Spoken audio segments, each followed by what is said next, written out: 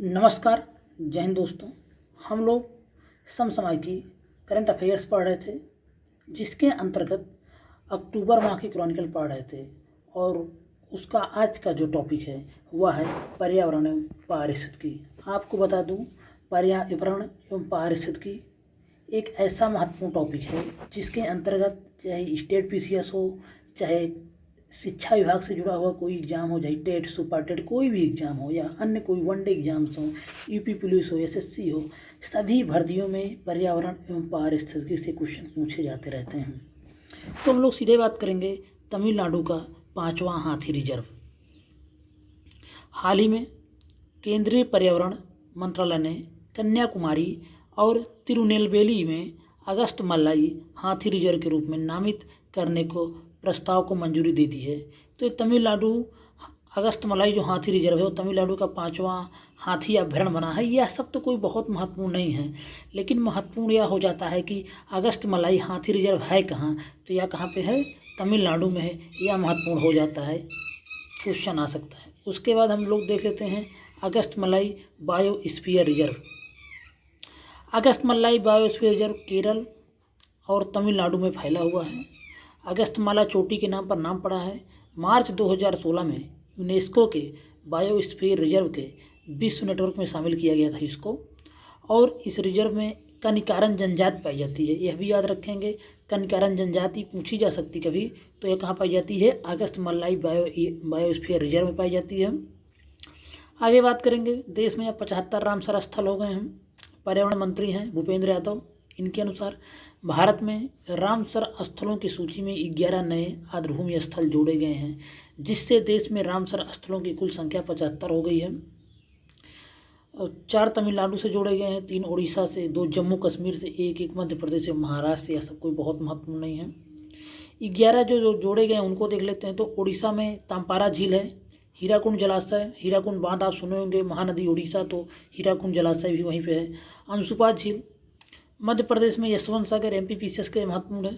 तमिलनाडु में चित्रगुडी पक्षी अभयारण्य, सुचिंद्रम थेरूर वेटलैंड कॉम्प्लेक्स, वडुवर पक्षी अभयारण्य, काजीरंकुलम पक्षी अभयारण्य। महाराष्ट्र में ठाणे क्रीक, अगर ठाणे से आ जाएगा तो आप समझ जाएंगे महाराष्ट्र में। जम्मू कश्मीर में हाईगम वेटलैंड कंजर्वेशन रिजर्व, ये बहुत महत्वपूर्ण है। और सालबुक वेटलैंड, यहाँ से क्वेश्चन पूछा जा सकता है स्टेट पीसीएस में भी, उत्तर प्रदेश पीसीएस की बात कर रहा हूँ या बिहार पीसीएस। तो जम्मू कश्मीर में जो हाईगम वेटलैंड कंजर्वेशन रिजर्व है और सालबुक वेटलैंड कंजर्वेशन रिजर्व है, यहाँ से प्रश्न पूछा जा सकता है, महत्वपूर्ण है। उसके बाद आगे हम बात करेंगे रामसर कन्वेंशन क्या है, इसके बारे में। तो रामसर कन्वेंशन के बारे में बात करें तो आर्द्रभूमि पर एक अंतर सरकारी संधि है। 1971 में ईरानी शहर रामसर में हस्ताक्षर किया गया था। रामसर सूची के अनुसार सबसे अधिक रामसर साइट्स वाला देश है यूनाइटेड किंगडम, उसके बाद मैक्सिको। कन्वेंशन संरक्षण के तहत अगर बात किया जाए तो बोलीविया का क्षेत्रफल सबसे अधिक है। 1,48,000 वर्ग किलोमीटर का क्षेत्र का संरक्षण रामसर साइट्स के अंतर्गत वहाँ पे किया गया है, रामसर कन्वेंशन के अंतर्गत बोलीविया में। तो इस तरह से आप देखिए यहाँ पे करंट अफेयर पढ़ने का आपको फायदा क्या हो रहा है। जीएस करंट के साथ साथ आपका जीएस के बहुत सारे पॉइंट को कवर किया जा रहा है यहाँ पे। तो महत्वपूर्ण यहाँ पे आपको सारे करंट अफेयर्स मिल रहे हैं और आपको जी के जीएस भी मिल रहा है। तो इसलिए वीडियो अगर आपको पसंद आए तो लाइक करें और चैनल को सब्सक्राइब करना ना भूलें। आगे बात करेंगे, जलवायु परिवर्तन में तेजी लाने के लिए एक नई पहल की गई है। ये सब चीज़ें अभी नहीं, कुछ नहीं है। अब हम पढ़ेंगे रोशनी लालटेन के बारे में। केंद्रीय मंत्री हैं जितेंद्र सिंह ने national institute of ocean technology कहाँ पे है, तो सबसे पहले संस्थान ही महत्वपूर्ण हो जाता है। National institute of ocean technology Chennai में है, कई बार पूछा गया है विभिन्न एग्जाम में। इसके द्वारा संचालित और उपयोग किए जाने वाले तटीय अनुसंधान को सागर अन्वेषिका की यात्रा के दौरान रोशनी नामक अपनी तरह की पहली लालटेन का अनावरण किया गया। रोशनी लालटेन भारत का पहला खारा पानी लालटेन है जो एलईडी लैंप को विद्युत प्रदान करने हेतु समुद्री जल का उपयोग करता है। तो रोशनी लालटेन किससे संबंधित है, national institute of ocean technology और सागर अन्वेषिका की यात्रा संबंधित है। थोड़ा सा ध्यान दे लेंगे, महत्वपूर्ण हो सकता है एग्जाम में। इथेनॉल की आपूर्ति के बारे में बात करें तभी इथेनॉल के बारे में हम कुछ नहीं पढ़ेंगे, सिर्फ इतना देख लेते हैं कि भारत, अमेरिका, ब्राज़ील, यूरोपीय संघ और चीन के बाद इथेनॉल का दुनिया का 5वां सबसे बड़ा उत्पादक है। इथेनॉल में 20% अगर हम देखा जाए, पेट्रोल में 20%, इथेनॉल के साथ आपूर्ति की बात चल रही थी और इसकी जो कुछ मात्रा अप्रैल 2023 से उपलब्ध होगी। और देखिए जो लक्ष्य है वो 2025 तक है, तो ये भी पॉइंट याद कर लेंगे। E20 ये क्या है, एक पेट्रोलियम का ईंधन है जिसमें 20% इथेनॉल मिला रहेगा।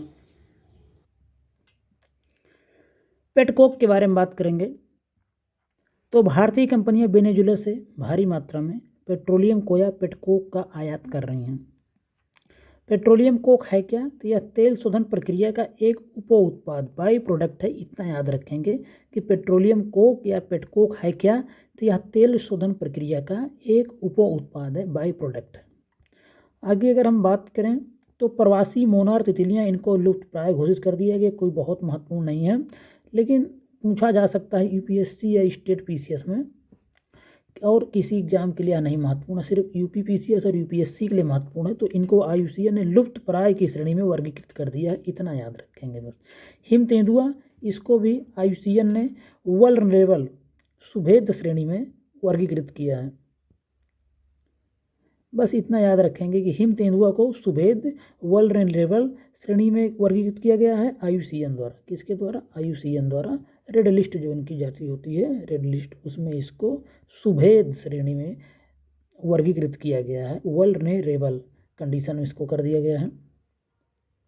उसके बाद बात करेंगे Agasthyamalai biosphere reserve. Bent toed gecko पोको के बारे में नहीं पढ़ेंगे, ये सब कभी आता होता नहीं है, सीधे सीधे वही पढ़ेंगे जो एग्जाम में आता है। तो यह पश्चिमी घाट में स्थित है, यह केरल और तमिलनाडु की सीमा में फैला हुआ है। 2001 में स्थापित हुआ। इसमें कलक्कड़ मुंदन थुरई टाइगर रिजर्व पूछा गया है। कलक्कड़ मुंदन थुरई टाइगर रिजर्व, नैयर वन्यजीव अभ्यारण्य, पेपारा वन्यजीव अभ्यारण्य, सेंदुरनी वन्यजीव अभ्यारण्य शामिल है, याद रख लेंगे। और अगस्त्यमल्लाई बायोस्फीयर केरल या तमिलनाडु, इन दोनों की सीमा में फैला हुआ, याद रखेंगे। उसके बाद हम लोग अगला पढ़ेंगे, जीके फैक्ट एक देख लेते हैं। Indian national centre for ocean information services, यह भारत सरकार का स्वायत्त संगठन है, हैदराबाद में स्थित है, पृथ्वी विज्ञान मंत्रालय संबंधित है। एक फैक्ट है, महत्वपूर्ण हो सकता है, कि Indian national centre for ocean information services कहाँ स्थित है, हैदराबाद में स्थित है, महत्वपूर्ण हो सकता है, याद रखेंगे। और इससे पहले फिर एक बात कहेंगे, अगर आपको वीडियो पसंद आए तो वीडियो लाइक करें, चैनल को सब्सक्राइब करें और बने रहें। लगातार करंट अफेयर्स क्लासेज यहाँ पे चल रही हैं। ग्रेट बैरियर रीफ में बढ़ोतरी हो गई है। ग्रेट बैरियर रीफ के बारे में बात करें तो कोरल रीफ सबसे पहले देखते हैं। कोरल वास्तव में जीवित जीव होते हैं। प्रवाल भित्ति या प्रवाल शैल श्रेणियाँ समुद्र के भीतर स्थित चट्टान है जो प्रवालों द्वारा छोड़े गए कैल्शियम कार्बोनेट से निर्मित होती है। कोरल एक प्रकार के शैवाल जू जैंथुला से सहजीवी रूप से संबंधित होते हैं। प्लैंकटन शैवाल इनका भोजन होता है। इनका जो अस्थिपंजर होता है वो कैल्शियम कार्बोनेट का बना होता है, ये महत्वपूर्ण पूछा जाता है। कोरल रीफ का निर्माण इनके अस्थिपंजर के एक के ऊपर एक जमा होने से बनते चले जाते हैं।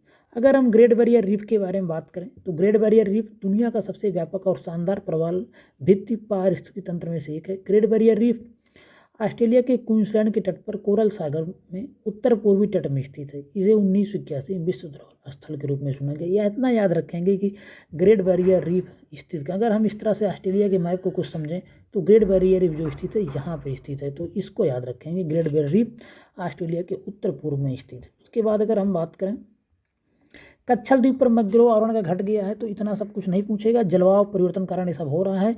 लेकिन कच्छल द्वीप है कहाँ, ये पूछा जा सकता, महत्वपूर्ण हो सकता। तो कच्छल द्वीप भारत के निकोबार द्वीप समूह का एक हिस्सा है।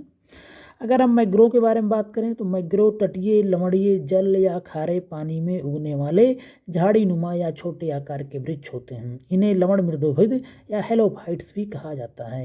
ये कठोर तटीय पारिस्थितियों के लिए अनुकूलित होते हैं। अगर हम आगे बात करें तो मैंग्रोव विश्व भर में उष्णकटिबंधीय और उपोष्णकटिबंधीय क्षेत्र जो होते हैं मुख्यतः 30 डिग्री उत्तर 30 डिग्री दक्षिणी अक्षांश के मध्य पाए जाते हैं। मैंग्रोव वनों का अगर हम सर्वाधिक विस्तार के बारे में बात करें, भूमध्य रेखा के दोनों ओर 5 डिग्री अक्षांशों के मध्य इनका सर्वाधिक विस्तार होता है। गोबर से संपीड़ित बायोगैस परियोजना एक महत्वपूर्ण परियोजना साबित हो सकती है। हरित ऊर्जा और पर्यावरण प्रबंधन के प्रति प्रतिबद्धता की दिशा में एक उत्कृष्ट कदम के रूप में Hindustan petroleum corporation limited HPCL ने राजस्थान के सांचौर में अपनी गोबर से संपीड़ित पहली बायोगैस परियोजना शुरू की है। किसने शुरू किया है? तो राजस्थान परीक्षा के लिए तो महत्वपूर्ण है, RAS एग्जाम के लिए पहली बात। यह HPCL की अपशिष्ट से ऊर्जा पोर्टफोलियो के तहत पहली परियोजना होगी, यह भी याद रखेंगे। तो यह अगर आपको मेंस के लिए सभी के लिए महत्वपूर्ण, मेंस में आप दिखा सकते हैं पर्यावरण प्रदूषण को कम करने के लिए इन सब का इस्तेमाल किया जा सकता है। गोबर से संपीड़ित बायोगैस परियोजना शुरू की HPCL ने पर्यावरण प्रदूषण को कम करने के लिए। यह परियोजना स्वच्छ भारत मिशन ग्रामीण के तहत बायोडिग्रेडेबल कचरा प्रबंधन घटक के एक हिस्से के रूप में भारत सरकार द्वारा अप्रैल 2018 में शुरू की गई गोबरधन योजना के तहत विकसित की जा रही है। तो जो गोबर होता है, कचड़े होते हैं, ये सब गांव में ही पाए जाते हैं, कूड़ा करकट। तो इन्हीं सब का इस्तेमाल करके गांव को स्वच्छ करने के लिए स्वच्छ भारत मिशन ग्रामीण के तहत ही यह योजना चलाई जा रही है। इसके बाद हम बात कर लेते हैं गोबरधन योजना, एक महत्वपूर्ण योजना है केंद्र सरकार की, उसके बारे में देख लेते हैं। तो गोबरधन योजना बजट 2018-19 में शुरू करने की घोषणा की गई थी और इसे अप्रैल 2018 में शुरू किया गया। तो इसका उद्देश्य था गाँवों को स्वच्छ बनाना, पशुओं और अन्य प्रकार के जैविक अपशिष्ट से अतिरिक्त आय तथा ऊर्जा उत्पन्न करना। नेचर इंडेक्स बकवास, इसको नहीं पढ़ेंगे, हम लोग वही पढ़ेंगे जहाँ से क्वेश्चन एग्जाम में आते रहते हैं।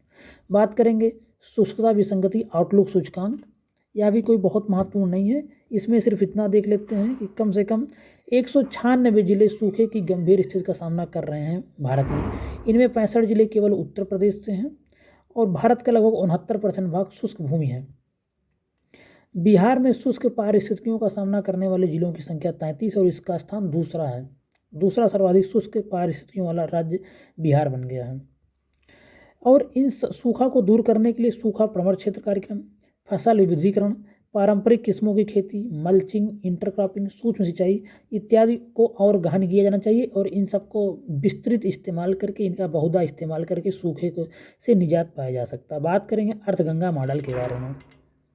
तो राष्ट्रीय स्वच्छ गंगा मिशन के महानिदेशक ने विश्व जल सप्ताह 2022 के दौरान अर्धगंगा मॉडल के बारे में चर्चा की। अर्धगंगा का तात्पर्य गंगा से संबंधित आर्थिक गतिविधियों पर ध्यान देने के साथ साथ एक सतत विकास मॉडल है। तो यह कोई बहुत महत्वपूर्ण नहीं है। PM मोदी ने पहली बार 2019 में कानपुर में पहली राष्ट्रीय गंगा परिषद की बैठक दौरान इस अवधारणा को पेश किया। अर्धगंगा के तहत सरकार 6 क्षेत्रों पर काम कर रही है। पहला, जीरो बजट प्राकृतिक खेती। दूसरा, कीचड़ और अपशिष्ट जल का मुद्रीकरण और पुनः उपयोग।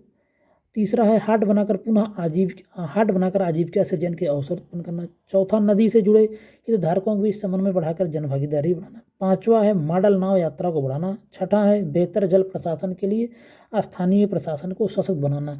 तो अगर इस आता है तो मुख्य परीक्षा में यह आ सकता है क्वेश्चन। PT के लिए इसमें से कुछ भी नहीं महत्वपूर्ण है। अर्धगंगा मॉडल क्या है, तो यह कितने क्षेत्रों पर सरकार काम कर रही है, तो 6 क्षेत्रों में काम कर रही है। मेंस परीक्षा में आ सकता है, UPSC मुख्य परीक्षा जैसे एग्जाम में, और PT के लिए यहाँ कुछ नहीं है। इसी के साथ पर्यावरण एवं पारिस्थितिकी यहीं पे समाप्त होता है। एक बार फिर से अनुरोध है, वीडियो अगर पसंद आए तो वीडियो को लाइक करें, चैनल को सब्सक्राइब करना ना भूलें। अगर आप पहली बार वीडियो देख रहे हैं तो चैनल को सब्सक्राइब करें और कंटिन्यू बने रहें चैनल पे। यहाँ पे आपको क्रॉनिकल से पूरी बुक कराई जा रही है और अन्य महत्वपूर्ण GS, अन्य महत्वपूर्ण टॉपिक जो भी UPPCS या किसी अन्य एग्जाम के लिए महत्वपूर्ण है, BPSC के लिए महत्वपूर्ण है, कराए जा रहे हैं। चैनल को सब्सक्राइब करना ना भूलें। धन्यवाद।